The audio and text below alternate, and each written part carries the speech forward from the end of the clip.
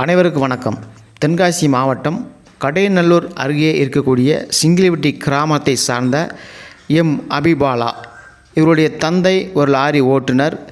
இப்போ இந்த மாணவி விளையாடக்கூடிய மைதானம் கோவாவில் நேஷனல் அளவில் நடைபெற்ற சிலம்பு போட்டியில் கலந்துக்கிட்டு அவங்க ஃபஸ்ட்டு ப்ரைஸு வென்றாங்க.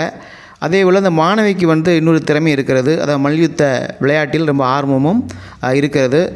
இந்த மாதத்தில் தஞ்சாவூரில் மாவட்ட அளவில் நடந்த அந்த மல்யுத்த விளையாட்டு போட்டியில் கலந்துக்கிட்டு அவங்க 2வது பரிசு பெற்று இந்த மாதத்தில் நடக்கக்கூடிய உத்தரகாண்டில் நேஷனல் அளவில் நடக்கக்கூடிய அந்த விளையாட்டு போட்டிக்கு அவங்க தேர்வாகியிருக்கிறாங்க.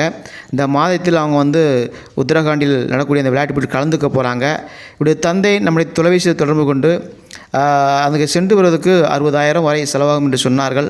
உடைய மாணவியினுடைய பெண்ணினுடைய விளையாட்டு திறமையை வெளியே கொண்டு வருவதில் உலக மீடியா பெருமைப்படுகிறது. எனவே இந்த மாணவிக்கு உதவ நினைத்த அன்பு உள்ளங்கள் உதவலாம்.